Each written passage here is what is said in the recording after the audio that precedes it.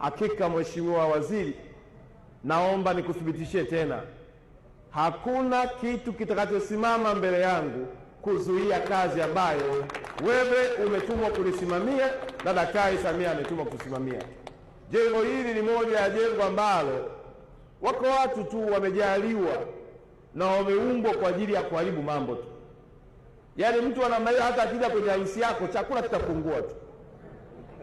Yaani hata ukisahau kitu sebuleni kitapotea tu. Yaani wako watu ambao wapo tu kwa ajili ya uharibifu tu, ambao hawakutaka kuona historia hii inaandikwa ya jengo la utawala wa jiji la Arusha.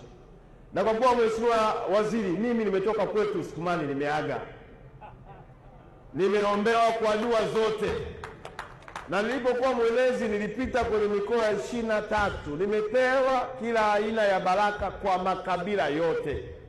Arusha haiwezi kunishinda. Na mkandarasi amesema watumishi wanafanya kazi katika mazingira magumu, lakini bora zaidi mwananchi anakuja kwenye ofisi za jiji, badala mkute mtumishi aliyekuja kumfuata amhudumie, anaambia huyu mtumishi yuko Sakina, anaambia huyu mtumishi yuko Njiro. Matokeo yake anaingia gharama ya nauli tena kwenda huko Sakina. Akifika Sakina, baada ya kusikilizwa, anaambiwa ni haraka zako ziko jiji. Wananchi wamekuwa wanazunguka sana kwa miaka yote kwa sababu ya kutokupata huduma katika eneo moja. Sambamba na hilo, Mheshimiwa Waziri, mbele yako naona ni jengo ambalo tuliachiwa na mkoloni la mwaka 1959. Ukiangalia hekali ya kipindi hicho cha wakazi wa jiji la Arusha haifanani na idadi ya sasa. Kwetu sisi, hatua hii ni shukrani za dhati kwa Daktari Samia Suluhu Hassan. Shukrani za dhati kwako kwa kusimama imara na kuambia Mheshimiwa Waziri, usingesimama imara kwenye bunge la juzi la bajeti, ili jengo leo hili ingekuwa limesimama kujengwa.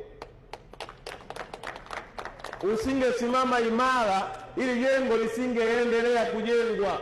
Ulisimama imara, ukatetea, ukatuma tume yako hapa, ikaja ikapata ukweli. Bunge chini ya spika wetu mahiri Tulia akahoji maswali ya msingi ambayo hata vijana walioko sokoni na bodaboda wangepiga zile hesabu, wangejua kuna mtu mmoja hajawahi kufaulu wakati anasoma. Unaweza kuhudhuria tusifaulu. Lakini haya yote yametokana na umahiri wako na uwezo wako mkubwa wa kutetea wananchi wa jiji la Arusha, na hasa wananchi ambao wanakuja kutafuta huduma. Mheshimiwa Waziri, maelezo tumeyapata. Watanzania walikuwa hawajui jengo hili ni jengo ambalo lina lifti 2.